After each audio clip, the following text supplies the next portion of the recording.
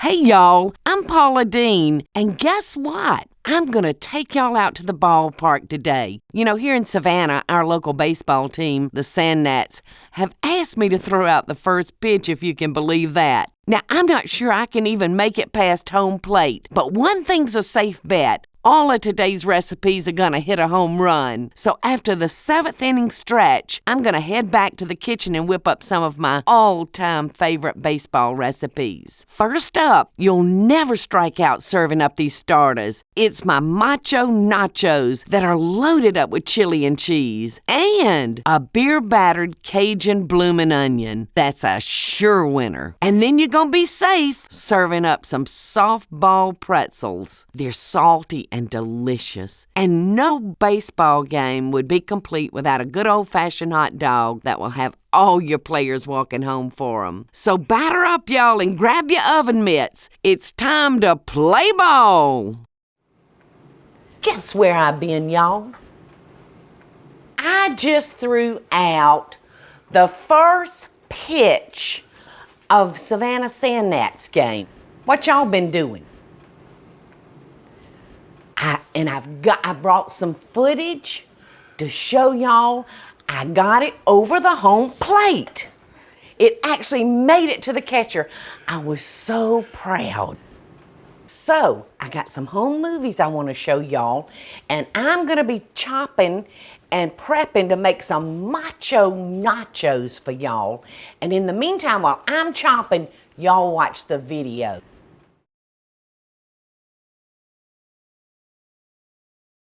What is that? What is that thing right there? I think that I'm gonna choose the finger.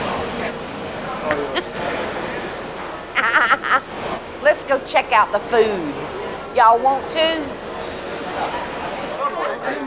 All right, Bill, what you cooking? Polish sausage, bratwurst. Those look delicious. In fact, I just had a bite of somebody's burger. If it was a good burger, it had to come from me. Who do you think's gonna win? Yo, Ussins!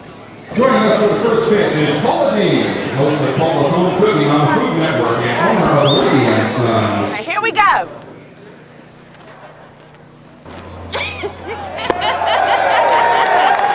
Thank you. Good luck. Thank you.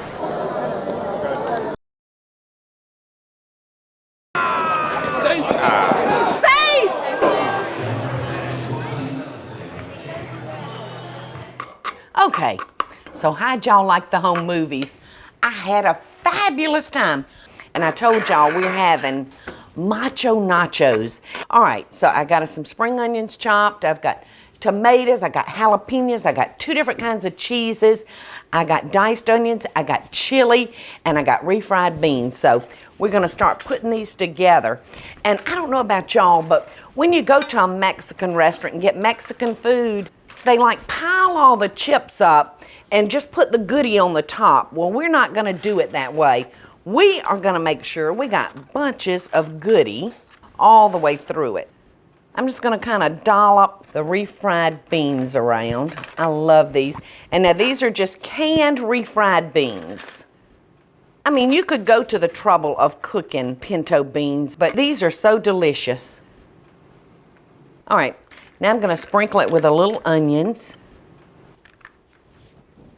and a little Monterey Jack. This way, we're going to have some goodie on every chip. All right, now let's see. I'm going to throw a couple of jalapenos, and y'all can see I'm leaving the seeds. I've cut these into rings. And speaking of rings, I've done it again, y'all. I'm sorry. I bet people are saying she's just doing that on purpose so she can show her rings. And I'm really not. I just forget. Worked hard to get that ring, y'all. Waited a long, long time. Now, y'all notice that I've got all these things warmed because we want them to be hot when we put them on our chips, because we're going to stick this in the oven, but only long enough for our cheese to melt. And you can put this as heavy or as light as you want them. In fact, you wouldn't even have to use chili on this if you didn't want to. You could just actually scramble you up some ground beef, you know, and just sprinkle big old chunks. Now we're gonna put a little cheddar cheese. I think I hear my stomach growling. All right, now here we're gonna go with another layer. You could actually put some salsa on this, just whatever your family likes. I can't tell y'all how exciting it was to throw out the first pitch. My family's always been real big baseball fans. In fact, my brother Bubba, when he was 19 years old, went to Atlanta, Georgia, and tried out for the Atlanta Braves. Bubba could hit that ball out of the park every time. In fact, when he was growing up, he was the home run king. He was one heck of a pitcher and a hitter. So here we go, back to the nachos. I'm gonna continue to layer this till everything is gone. And y'all will wanna make sure that your dish is oven proof. So we're gonna put this in the oven for a few minutes. I've got my oven preheated to 350 degrees. Now I'm fixing to show y'all how to make an onion bloomin' at home. It's a very simple batter. I'm gonna use equal parts all-purpose flour to beer. And you wanna be careful while you're measuring your beer because you don't wanna measure the foam. And I'm gonna tilt it so I don't get a big head on it. And I'm gonna actually do a little under 2 cups because you'll want your batter more on the thicker side than the thinner side. So I'm gonna make this and we're gonna let it sit for about 3 or 4 hours so that the yeast from that beer can activate with that flour. So all we're gonna do is just dump that in there.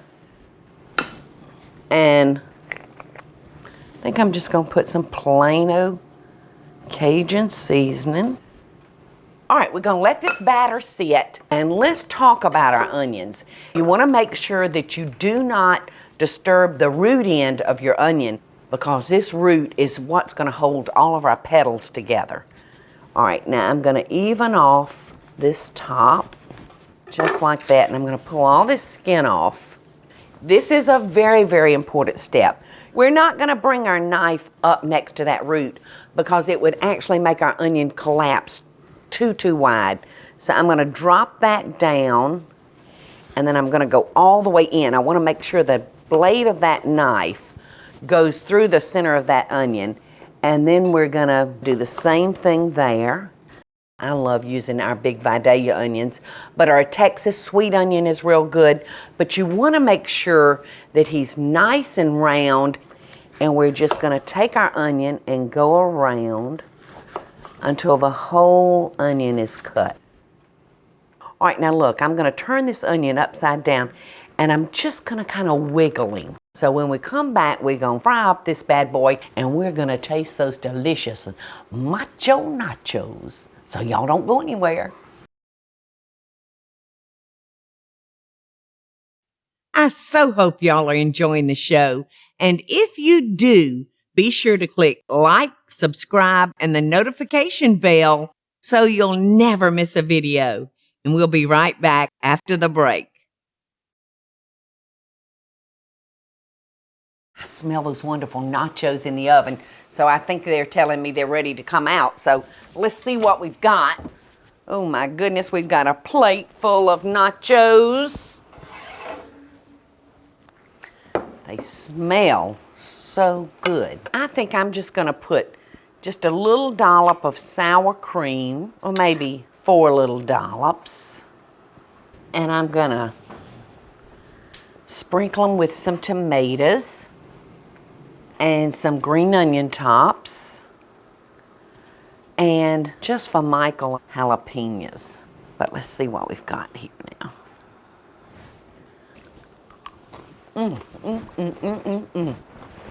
It's so good and so messy and so spicy. I love that spicy. Well, I'm gonna sit those right over here. All right, that takes care of our Macho nachos. And next I wanna show y'all how I make those bloomin' onions. And this is my batter that I've had sitting up for about 3 hours. I'm gonna give it a little stir and see if I like the consistency of it. I've got a little flour right here, and I think I'm gonna just dust it. If your batter is too thin, it'll come off and your batter will be all in your grease and not on your onion. We've got our Dutch oven filled with peanut oil. So I'm gonna take our onion And I'm gonna lay it down in our batter, and I'm just gonna spoon that batter all in there because I want it on every petal. And we wanna make sure that our temperature is where it should be, because if we put it in too cold a grease, our onion's just gonna go soggy on us. So I'm gonna check this with a thermometer, and we're at 350. So here we go. I'm gonna pick him up by his side, but you just wanna be careful because when I put this onion in, I run the risk of this boiling over. So you wanna be real careful and not fill it too full. Now I've got to let him stay down in there because I want that batter to kind of adhere before I disturb him. But you can see how he's totally submerged in grease, and that's what you need to make a successful bloomin' onion. All right, let's see, I'm gonna ease him up. Now I'm gonna let him drain over the pot for a minute to get that grease out of him. And I'm gonna let it drain there just for a second, and I'm gonna put him on our platter. Now I have chosen ranch dressing as a dipping sauce. Ooh, this onion looks teetotally perfect. And have y'all ever noticed how Gertie shows up just as I'm ready to taste? I don't know if you'll like onions though, girl.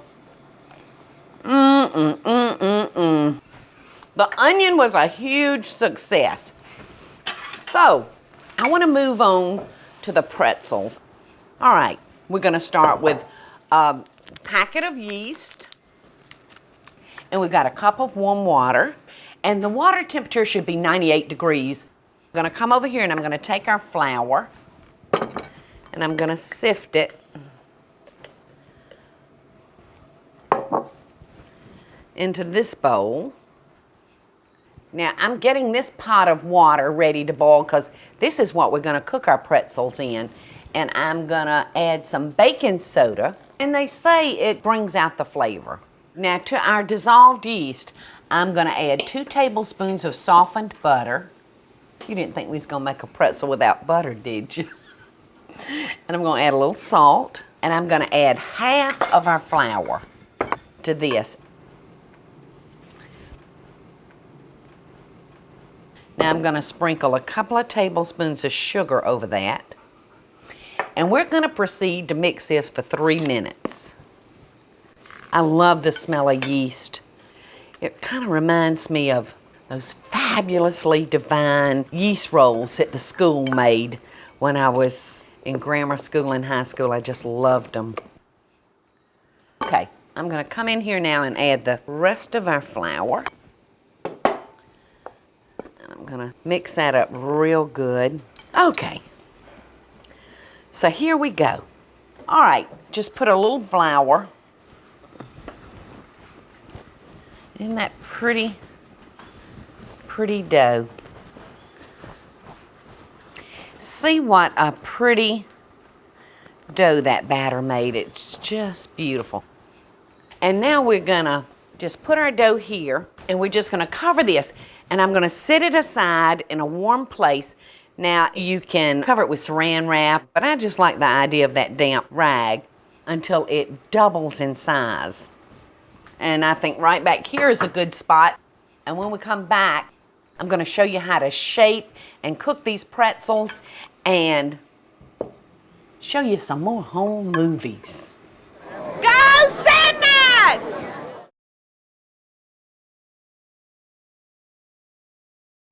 I hope y'all are enjoying the show, and I want to hear from you. Tell me what recipes or videos you'd like to see me make by just leaving a short comment below. Now, let's get back to the show, y'all. Okay, our dough should have doubled in size by now, and yes, it has. Punch it down. See all the air coming out of it? And that's going to redistribute the yeast back through our pretzels. All right. Let our dough fall out onto our floured surface. All right, we're going to knead this some more. So now this batch of dough that we have is going to make a dozen pretzels. So I'm going to cut it in half.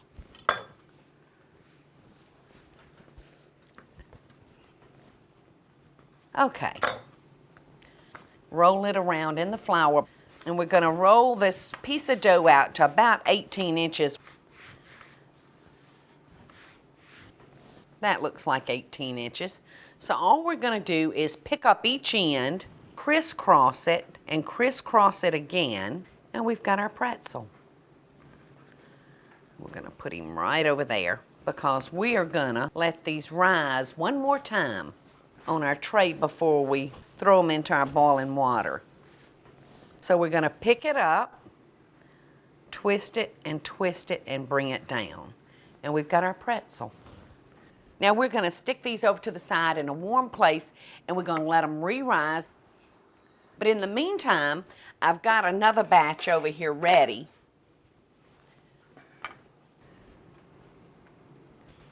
And I'm going to take our spatula, and I'm going to give it a spray. And we've got our water here boiling. And you can see how that slipped right off.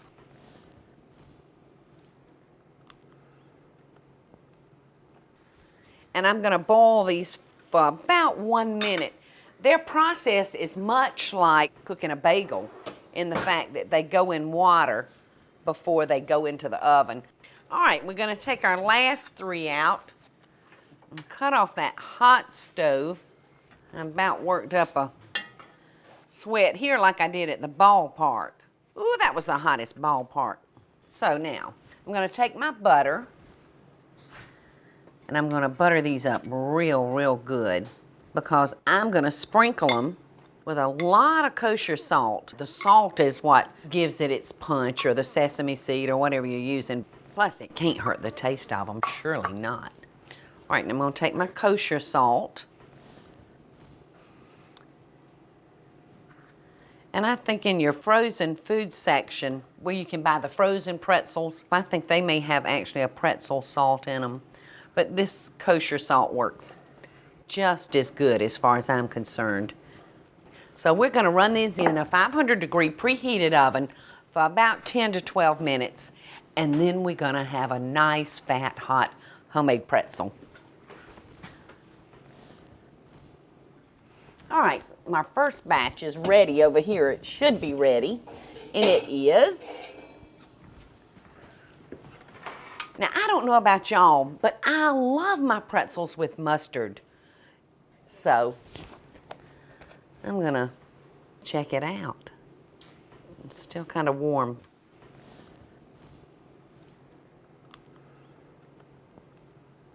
This is so good. It's real savory. But y'all come right back because I want to show you how to turn a pretzel not into a savory, but a sweet one. And I'm going to show you how to dress that hot dog where he's going to be so pretty. I so hope y'all are enjoying the show. And if you do, be sure to click like, subscribe, and the notification bell so you'll never miss a video. And we'll be right back after the break. So let's share some tips on great baseball food. Now, if you don't want to make those homemade pretzels, it's all right. They've got them in the frozen food department. In fact, these are frozen pretzels, and you can dress them up. I think I'm going to brush this one with butter. That makes it good already. And I think I'm going to sprinkle it with a little kosher salt, and then I'm going to sprinkle it with sesame seeds. Ooh, that one's going to be so good. I think for this one, let's put a little cinnamon sugar on it. I love a sweet pretzel once in a while. Oh, yeah. And I'm going to drizzle him some chocolate. Now, let's talk hot dogs. Everybody eats hot dogs. The best ways to eat a hot dog is to take your raw dogs and spiral bacon around them. And I love grilled onions. So I'm going to put a little bit of that. Michael loves the jalapeno, and I love cheese on my hot dog.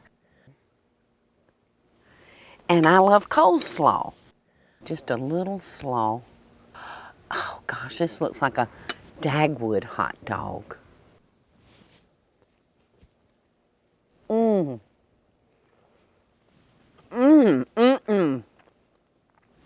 It takes it from ordinary to extraordinary. I just love ballpark food. The Macho nachos and the bloomin' onion and this array of pretzels are so good, whether you're sitting at the stands at the ball game or whether you're sitting on your sofa in front of the TV. So I hope that you'll try some of these and like them, and I also hope that y'all will get out and support your local teams. In fact, if you're ever in Savannah, we would love to have you come to one of the Sand Gnats games, because did I forget to tell you girls, these guys are so cute. So until next time, America, I send y'all love and best dishes from my home plate to yours. Hey y'all, it's Paula Deen. Now, if you enjoyed this video, be sure to like it and click the subscribe button as well as the notification bell to be alerted when I post a video. Love and best dishes, y'all.